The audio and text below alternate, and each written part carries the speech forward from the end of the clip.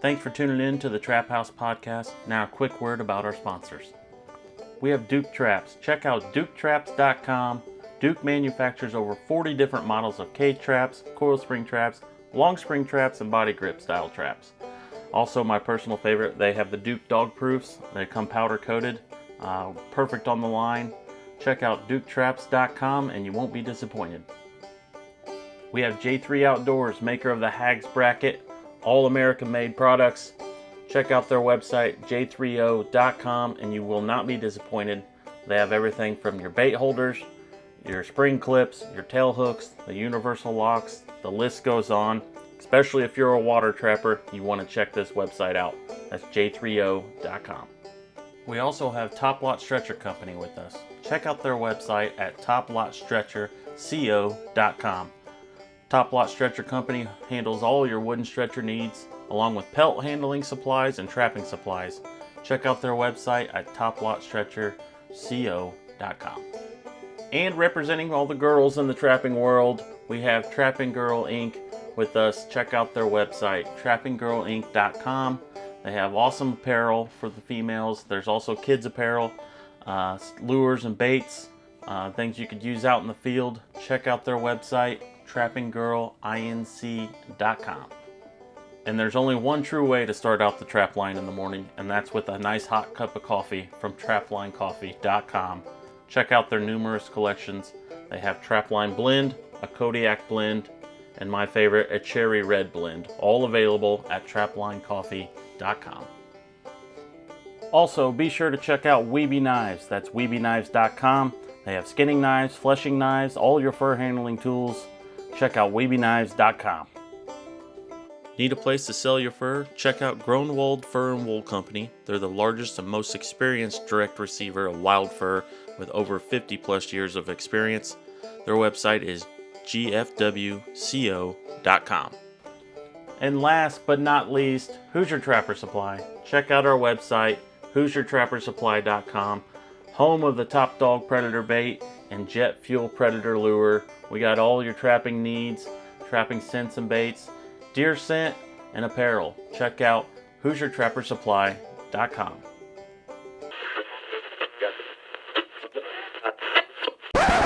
All right, everyone, welcome back to another Trap House podcast. We got a great guest today with us. Charlie Tumpak is with us. Nice to meet you, Charlie, once again. Well, thank you. It's good to see you. So, you've been a fan of ours apparently and followed the show. Then we finally got to meet in person, and you've kind of shared your background with us a little bit on the side, and we were impressed. So it's great to have you on the show.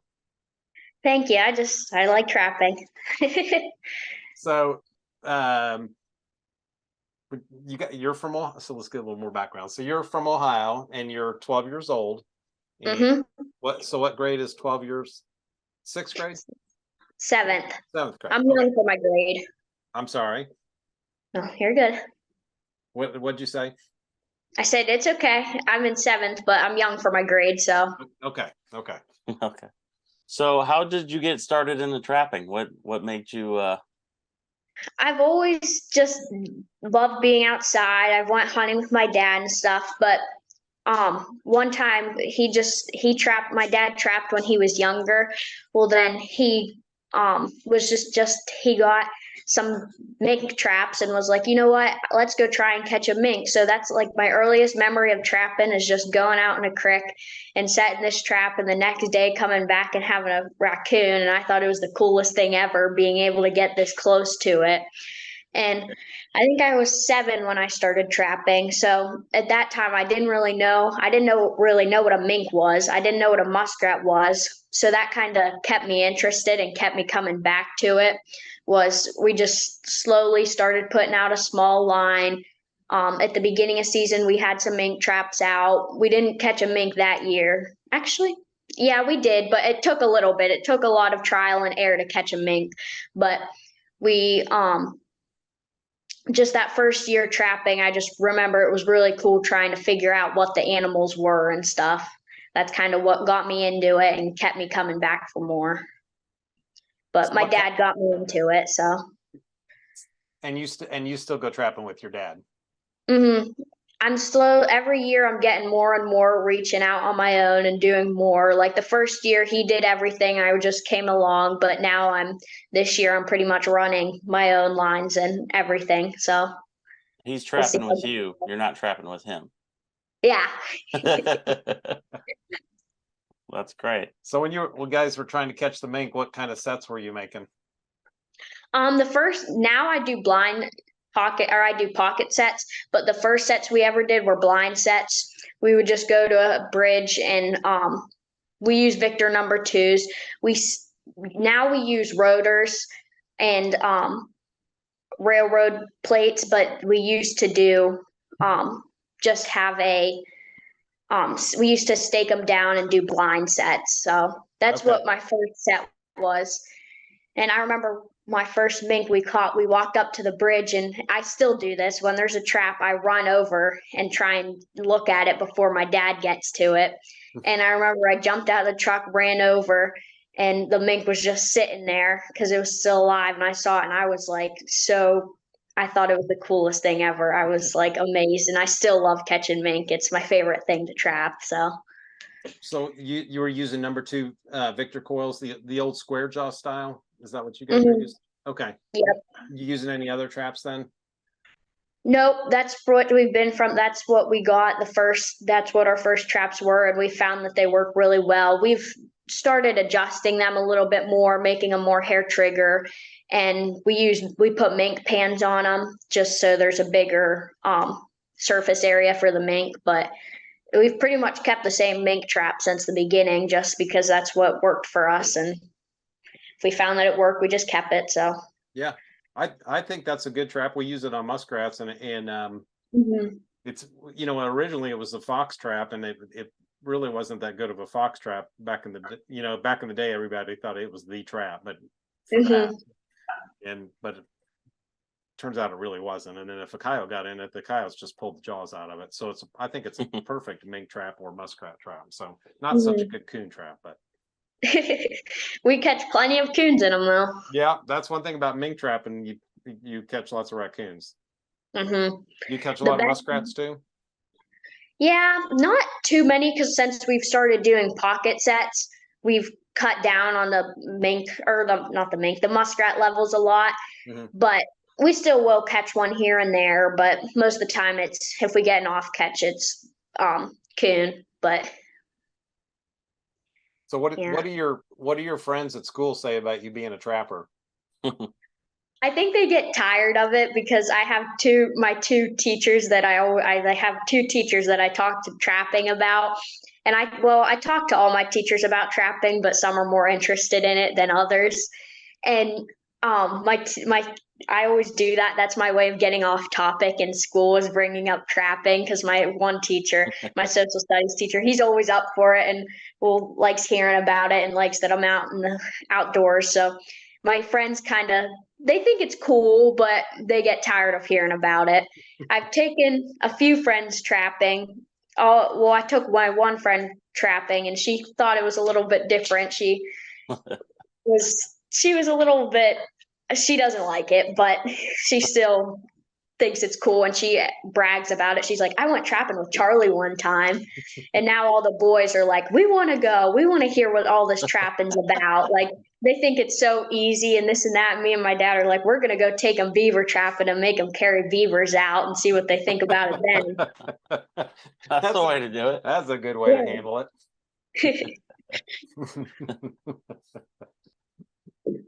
Yeah, pretty soon you'll be dropping out of school and running trap line for a living.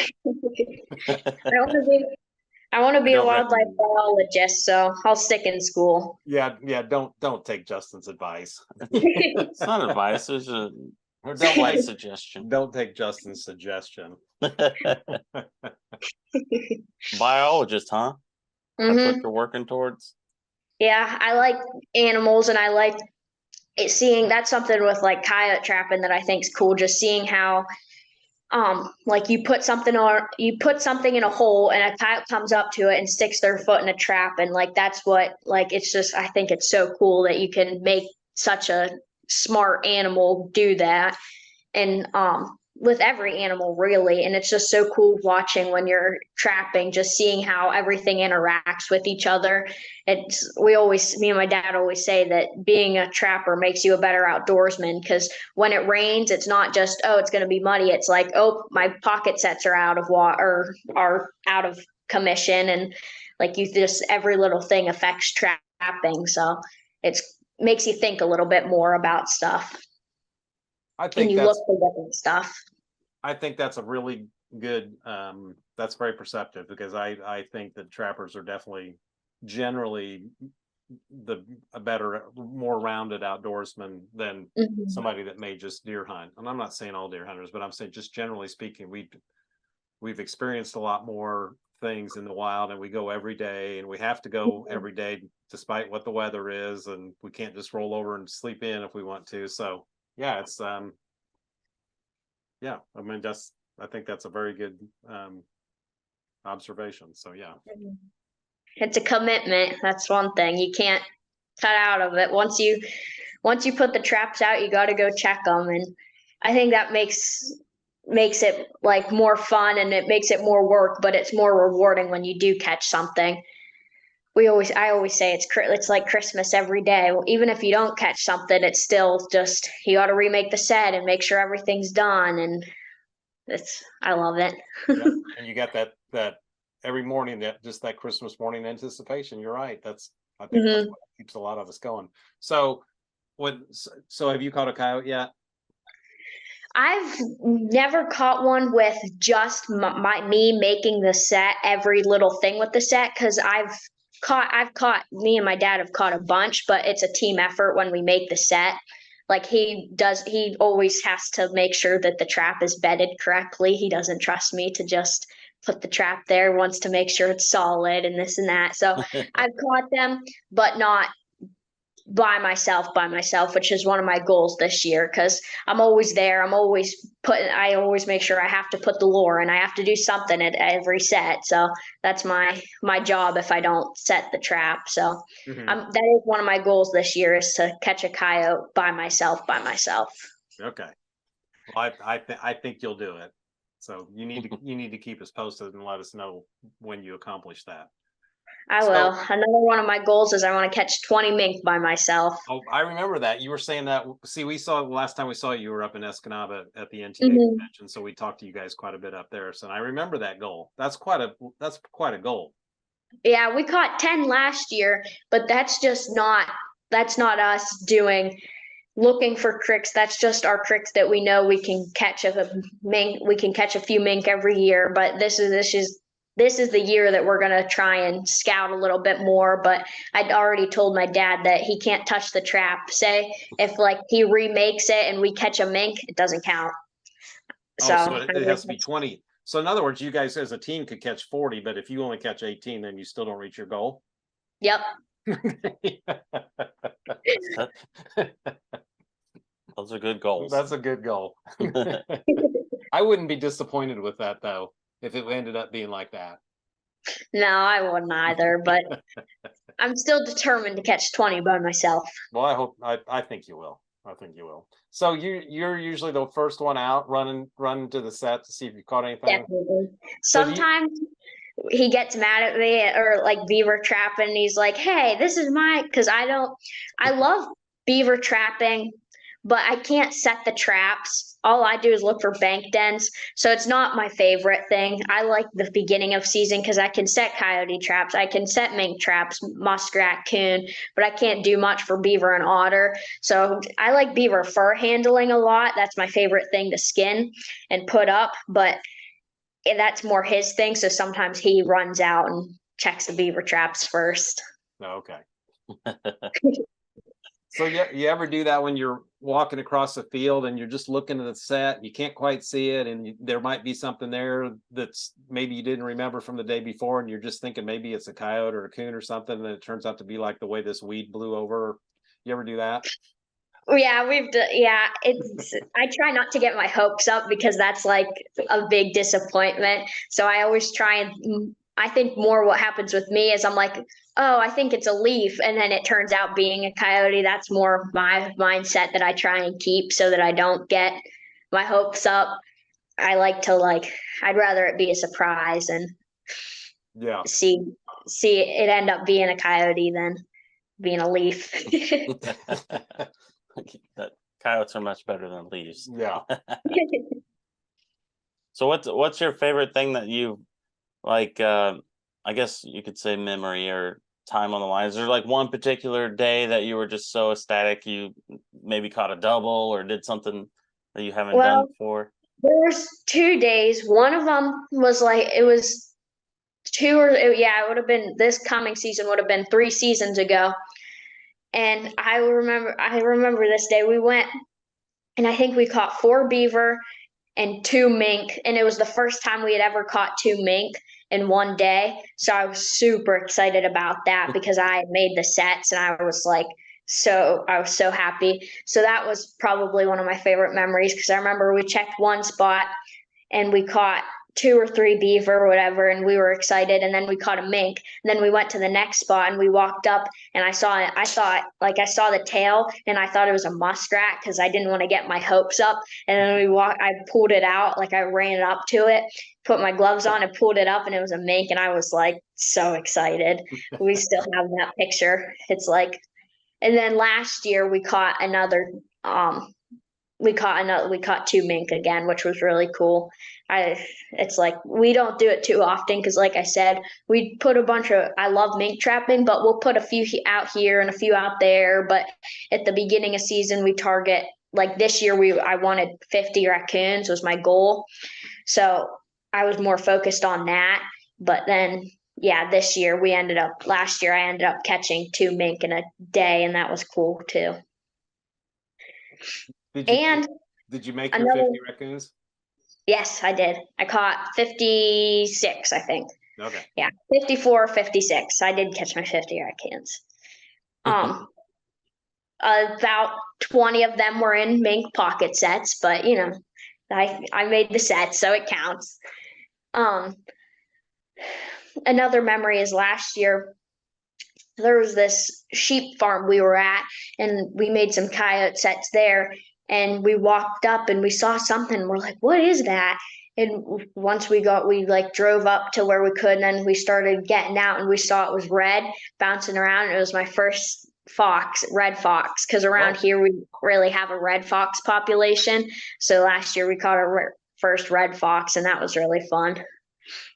Just seeing it, because I had never seen one so close, and that was cool too.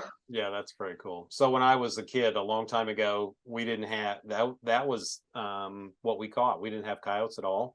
So the very first thing I caught in the way of a fox was a gray fox, and then we ended up catching a red fox later in the season. But we didn't even have coyotes back then, so catching the fox was that was the goal, So, but and now I kind of feel bad for them because it seems like there's just not that many compared, because of the coyotes or whatever. But anyways. Last year we caught 6 red fox all in coyote traps. We were like, what the heck? We've been coyote trapping for 3 years now, and then this season all of a sudden we ended up catching 6 of them. So that was fun too, just getting to experience that. Was that all generally in the same area, or was that just kind of spread out? We caught 2 of them at that sheep farm, and then I don't remember the other ones, but we caught a few behind our house on a railroad tracks. So we caught at least 2 we caught 2 at each. There were 3 different areas that we caught 2 at each. Okay. Well, I would kind of think, in our area, I think our coyote numbers are actually down a little bit. So I'm hoping maybe we'll see a few more red foxes around, which we've got them. They're not, there's definitely ones out there to catch, but it's not like it used to be. So, but our coyote numbers are not what they have been. So I'm hoping we'll see more. But yeah.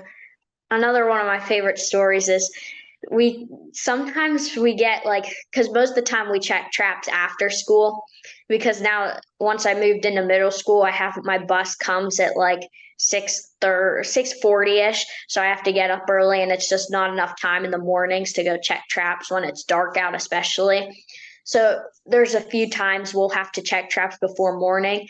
Well, we have railroad tracks behind our house, and one night we heard the coyotes howling, and we knew we had a trap set back there, but we just kept hearing this one that just kept like yipping, and we're like, we wonder what that. We were kind of both thinking it, but we neither of us said it. We're like, we wonder if that one's in our trap, because it was like, out of all of them, that one sounded the closest, and it just kept going and going out. Even after the other ones would shut up, that one just kept going. So then the next morning we got impatient. We're like, we got to go check these. So we walked up, and there were like trees right here. So when we were driving, I saw something in the trees, and I'm like, it's too late in the season for there to be lightning bugs. It's too cold out for that. So then when we walked up, there was the coyote, and you could just see the eyes. And when we pulled up, like the tail or the headlights were zoomed in on it, and it was so cool. I like checking traps. I like checking traps in the morning, because then I can go to school and be like, I caught a coyote this morning. I'm like, bragging on it. Well, that's definitely worthy of bragging about. That's for sure. Yeah. So Charlie, and by the way, two Charlies on the same show. That's pretty cool too. So I feel left out. yeah. So you mentioned fur handling. What you say you enjoy skinning beavers? What other fur handling do you like to do? Muskrats. I skinned my first raccoon this year, and it was okay. I mean, it wasn't hard, but it wasn't as fun as I like beaver. And I do like 90% of our muskrats, but everybody always says that muskrats is like the best place to start in trapping, and that's always how they got into trapping. I never liked muskrat trapping. I mean, it's fun, I guess, but like, I don't know. It was never my thing, because I like I the best way, like when we trap them, is with conibears. Well, I hate setting conibear traps. I'm not scared of them, but the first time I ever set one, I got these new setters, and it was a brand new Duke 110, and I set it. Well, this when I went to pull the setters off, it like messed it up, and it went down on my thumb. So I've just like have this like hatred against conibear traps now. I'm not really scared of them. I just don't like setting them. So I've just never really liked muskrat trapping that much, but I like muskrat fur handling. And this year I want to skin a mink too, because my dad loves skinning mink. So that's his thing. Since I took over a lot of the beaver skinning, he doesn't, I mean, he does get to do some, but he doesn't get to do as much as he used to. So he always tells me, he's like, the next mink you can skin it, the next mink. And it goes on like that all season until there's no more mink for me to skin. So this year I told him, if I'm going to catch 20 mink by myself, I have to skin them too. That's right. His excuse is always, I don't want you to hit the glands. But I'm like, you can do the glands, and you can do that part, and I'll just skin up top. And he's like, no, it's okay. Does your dad need to get in here and offer any explanations? He said no. He just he told me before, he's like, you can do this podcast, because if I step in, I'm not going to be able to stop talking. It's going to be my podcast.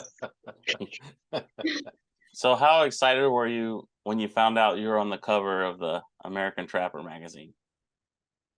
The Buckeye Trapper? Or I'm sorry, the Buckeye Trapper. Yeah, I was so excited, because my thing is, I started wearing the pink Carhartt hat is what I got for Christmas one year, and I just always wore it. Well, then Bill Davis, who's in the Ohio State Trapping Association, he sent me a hat, and it said my name on it, and it was pink, and it had the OSTA logo on it, and I like love that trap everywhere. So, and that's what I like wore everywhere. In that one picture, my dad had it, and he's like, that's a really cool picture. And he just kept saying, he's like, that's a really cool picture. Well, here he posted it on Facebook, and they asked for it. They're like, can we have that? But don't tell Charlie. So then it just came in the mail, and it was sitting on the counter, because I always know when there's a trapping magazine, because it's always like flipped up on top of everything. That's what is always on top of everything. Well, to that day, it was like flipped upside down. I'm like, what the heck? So then my dad comes over, and he's like, here, come see this. And he flips it over, and I like was so excited. I like got, because it was just a really cool picture, and that was a really fun memory. Like, I loved trapping down. It was down in the swamp, like in the game lands around us. And we called that spot the Beaver Hotel because we caught so many beavers in there. We caught 17 just in that, like just along this dam. It was actually for otters. There were just a bunch of crossovers that we set up for otters, but there were beaver huts on both sides of the dam. So we knew we were going to catch beavers, but we didn't think we were going to catch that many. And we caught 4 the first day and then like 3. And then I think we caught 2. And the next day my dad's like, we're not going to have another day with 4 beavers. It's just not going to happen. And then that day we ended up catching 4. So it was we just kept like, no matter every day we're like, oh, we can't catch another one here. But the weirdest part was they were all like 2-year-olds. They were all like 30 or 40 pounds. Like most of them, like 10 out of the 17 were. And it was just so weird that they were all, you'd think they'd be kids, but they weren't. That's strange. It was weird, but it was really cool. But like I said, that was just a fun memory I have. So for it to be that spot too on the Buckeye Trapper was cool. That is very cool. So did you catch any otters? We did this year. We caught 2. Okay. One of them was at the Beaver Hotel along this one dam. And then the other one was like, it's the same area-ish, but it was like a couple hundred yards away in like a different, like it was the same creek, but it was just farther down. We ended up catching it there. And that was cool too. But our first otter ever, I like school. Everybody calls me a nerd because I actually enjoy school. Well, I was on this academic team. It's like a trivia team, and I stayed after school for that. Well, our first otter, that night my dad, it was going to be until 4 o'clock, and after that it's going to be dark out. So my dad's like, we're not hiking down because it would take us 2 or 3 hours to check traps with such the long walk in and then checking all of them and hiking out. So he's like, it's going to be dark out and I don't want to go in there in the dark, so I'll just check them and you can see what we caught after. Well, I walk into the parking lot. My dad gets out of the truck and he goes, Charlie, we caught this huge beaver today. He always says stuff like that to try and hide what it is. And I saw right through him. I like teared up because I knew I had missed it. And I looked in there and there was a nice otter in there. And I was like, are you kidding me? But I was there for the second otter. So I got to experience one of them anyway. But I was so mad at that because I can always see right through him. He always says stuff like that. Like, oh, we caught this big beaver. Look at this cool muskrat we caught. Like, no, I wouldn't care if maybe if it was like a 60-pound beaver, but not. Anyways. Not the average 50-pounder. Yeah, that's not. So tell me about this. Oh yeah. You're a lure maker too. You do it all. You trap, you skin, soon to be biologist, and you make your own lure. I started making lure. Maybe not this summer, maybe 2 summers ago. And that was because in the summers we always did like we would do our trap handling, like get our traps ready for the season, but that wouldn't start until like after, like around maybe the end of August is when we would start doing stuff, and that'd be getting wax dirt ready. So I would always get bored in the off season because it's like in trapping, you have to do it every day. So it becomes such a big part of your life. And then it's like in the summer, it just drops off. And I'm like, what the heck? What am I supposed to do? So then my dad's like, well, you could start making your own lure or something. So I started messing around and just making it. And it was just cool to catch like stuff on my own stuff, like catch animals on my own lure. So then I started selling it, and now I'm selling it. But last year it was really fun because I make my own coon dog-proof bait and coon lure. So I got to catch 50 coons on my own stuff. And this year I'm going to catch 20 mink on my own mink lure. Well, that is cool. From one lure maker to another, I can certainly understand that. When something is successful, it's pretty gratifying. It's something you put in a bottle and it consistently works. So yeah, that's pretty cool. So how many different lures do you have? I think I have two lures and I have my dog proof bait. I make a mink lure, a coon lure, and my dog proof bait. Cause I was gonna make a different coon lure and this and that, but I told my dad I didn't want to make anything that I didn't want to make a beaver lure because I don't really trap beavers. I mean I do, but I'm not the one making the sets. So I told my dad I only wanted to make a lure for the stuff that I love, and I love coon trapping because it's easy and it's fun, and you can always catch something, and you can go for big numbers in coon. But then mink is something that it's more rewarding when you catch one than if you catch a coon. So I told my dad those are the two things that I kind of want to stick with. I'd rather have a really good mink lure than have 10 different coon lures. Yeah. And I think is your mink lure, is it a food type lure then? Yeah, it's a food lure, but it does have a little bit of mink glands in it, but it's mostly a food lure. Okay. Okay. So Charlie, on a more serious side, what do you say to your friends or people that you know that don't really appreciate what you're doing? Well, I try and just explain to them the importance of it and to tell them that it's like, what would you do if you didn't, if there weren't coons, or if there weren't coon trappers, they'd get in your garbage and they'd do this, and like explain to them the importance of trapping is always the tactic I take instead of like, oh, it's fun. Like, because they're obviously like dispatching the animals the worst part of it.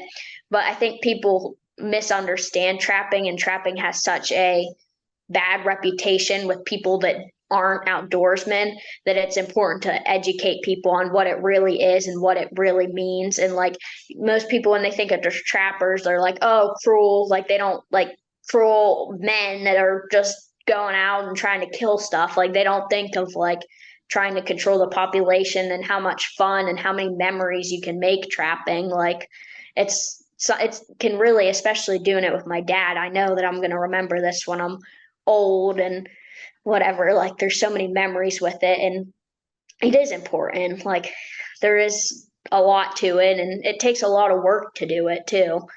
So Yeah. I That's a good I try and explain strategy. it the best I can. Yeah.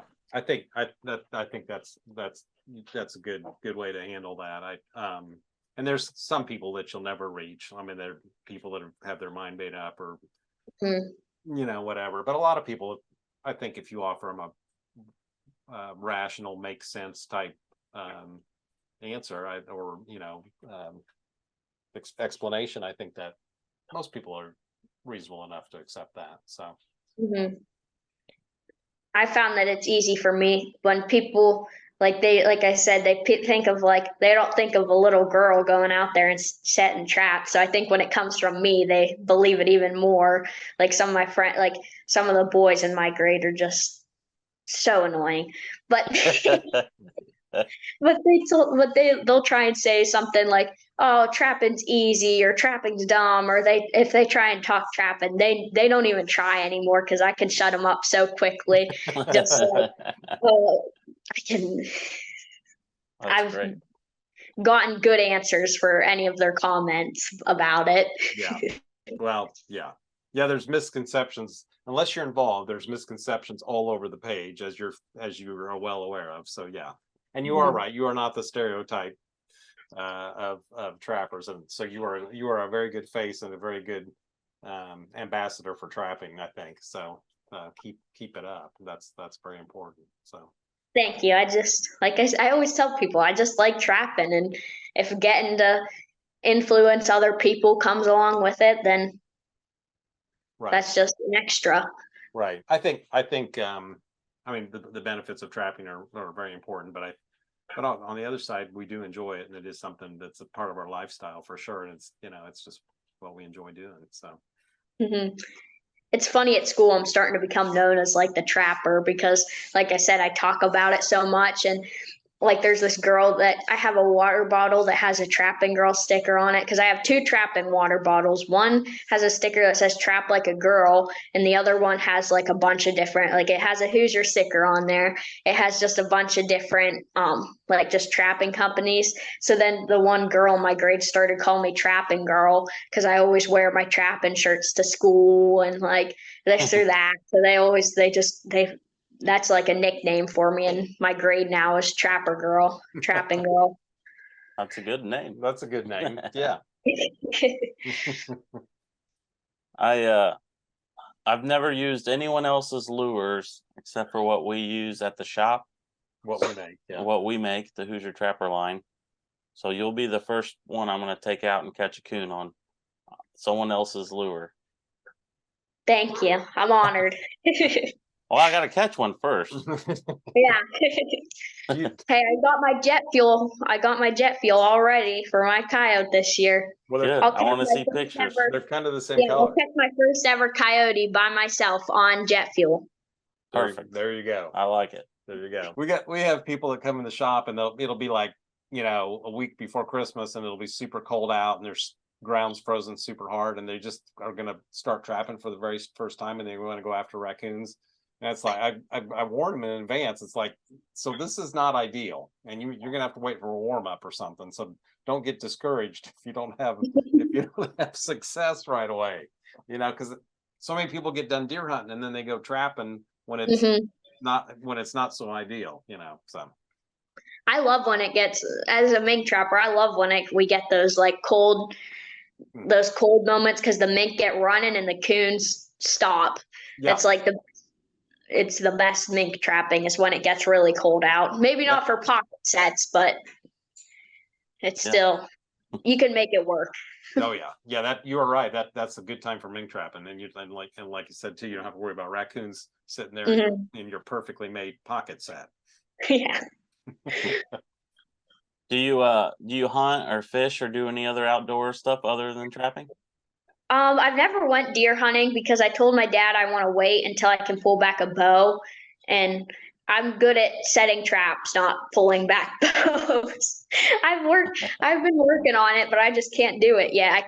I told him, I'm like, I'm not shooting my first deer with a gun. I want to shoot it with a bow. But I do turkey hunt, and I shot my first turkey 2 years ago. And this year, turkey hunting frustrated me this year, and I didn't get one, but I'll definitely be back out next spring because there was like a week I was late to school like every day that week because I had been getting up at because there were these turkeys they started calling like gobbling at like 5:30 in the morning. It was so early. So by the time if we wanted to get in there before they were awake, I have to wake up at like 4:30, and I was getting up super early to go turkey hunting, and it was crazy. I didn't end up shooting one, but that was because see now you got me started on turkey hunting, and I'm all fired up. But there's this turkey behind our house. It was a huge turkey, and I got so excited. Well, we had our decoy out in the field, and I had my gun there, and it just like it seriously probably took like half an hour to an hour for this turkey to make its way to our decoy. Well, once it got there, I had it, and my dad's like, shoot, and I shot. Well, my gun, it clicked, but it was like click, click. It didn't go off. So then we wait for the turkey to spin around, this big gobbler. He spun around. My dad cracks open my gun. He thinks there's something wrong with the shell. So he puts another shell in, crack it back, go up, and click, click. We did that we did that 3 times. My dad changed the shell and like snapped it really hard. And there were 2 hens with him. But here it was because I got my gun dipped in the hydro dip for it to be camo because it was black. Well, here when I did that, it was something with my my firing pin got stuff on it. So we just had to clean that off. And yeah, so I missed a big turkey this year because of that. But it was still really fun because you got to hear them and sucked, but that was my turkey hunting this year. And we do fish a little bit, but most of the time we go bluegill fishing, and that's for mink pocket set bait.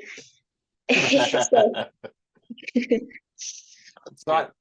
good idea. Yeah. So I kind of use bluegill fishing to compare to muskrat trapping, because if you're into them, you can catch quite a few. You know, it's a lot of action. Same with I suppose you could use the same comparison with raccoon trapping too.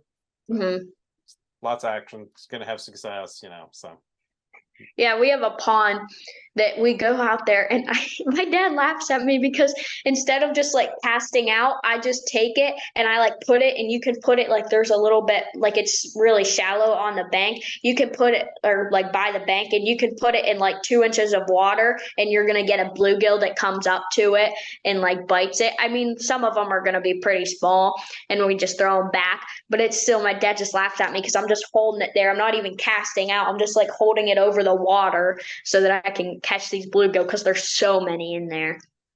But Is that is that your primary bait, bluegills for mink? we've started using like carp because it's more of like an oilier base, and we've started using that a little bit more. But bluegill's the easiest to get a hold of. Right. Carp, because we don't really go carp fishing. I mean, we have some people that said they'll get us some, but we've been bluegills pretty much our main because they're easy. Like you said, they're easy to get. We have a bunch of ponds that we can go do it ourselves instead of relying on somebody else to go do it.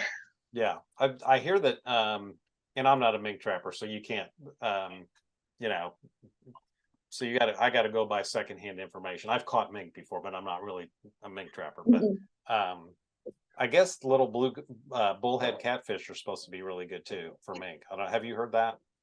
I mean, to be fair, I'm pretty new mink trapper too. This is like not my newest obsession because I've always loved mink trapping, but it's been more recent that I've like become. I think last summer I did a demo at the kids cave at the NTA, and I did a mink demo, and ever since then has kind of been my like I'm a mink trapper now, because I mean I always was and I always knew how to make the sets, but now that's like, and it started being like my favorite thing to catch because like I tell everybody is I want to be able to make the set myself, and that narrows it down to about coyote, red fox, muskrats, coon, and mink. Those are pretty much my animals that I can trap by myself. Mm-hmm. And out of those, like I like land trapping, I do, but I like water trapping more.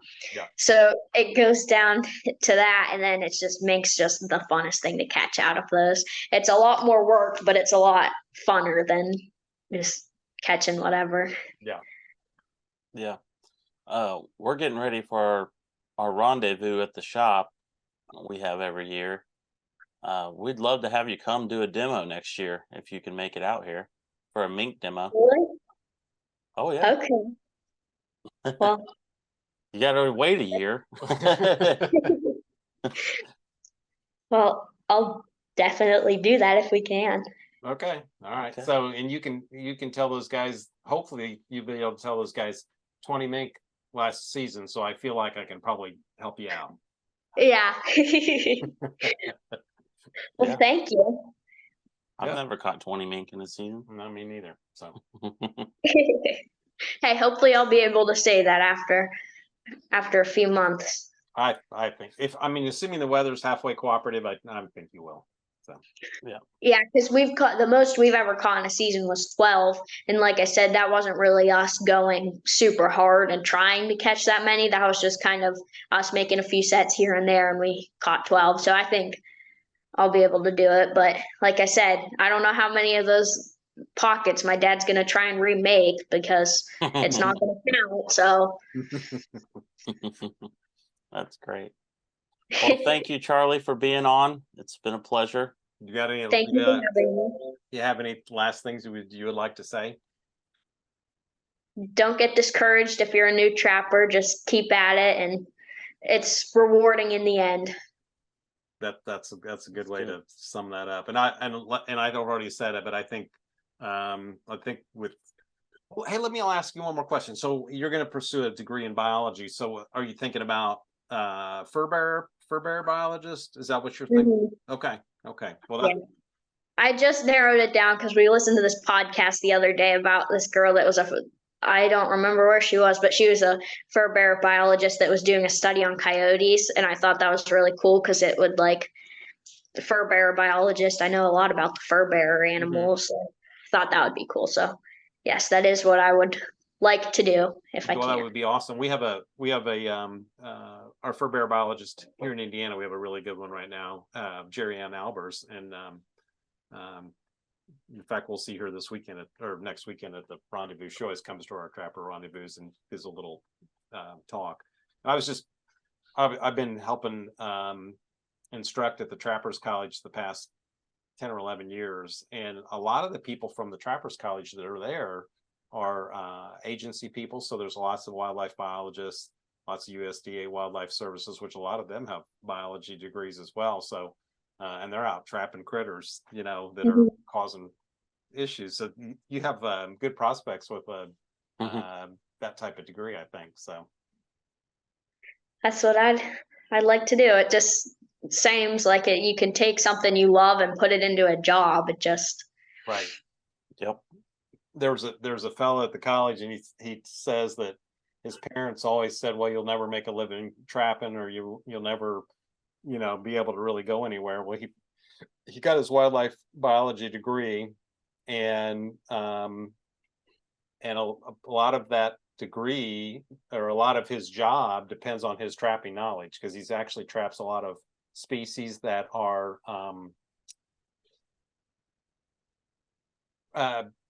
like prey on endangered species. So he does a lot of that, where he's controlling raccoons or red foxes or whatever that might be eating birds, or preying on some sort of endangered turtle, or whatever. So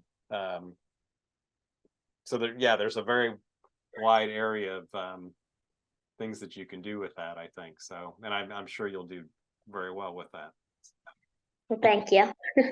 So anyways, I guess my final thought is that you're the future of trapping, Charlie, is in good hands. I think you're a good ambassador and a good spokesman for it.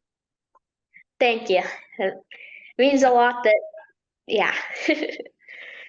I agree. And anyone listening, I'll have the links below for Charlie's Lure if you want to get on their website, pick up some lure. Is there anywhere else that they can follow on social media? Is there a Facebook page I believe you have started?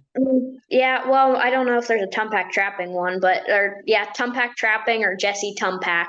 You can follow along with our trapping adventures. Very good. Okay. Well, thank you, Charlie. Thank you.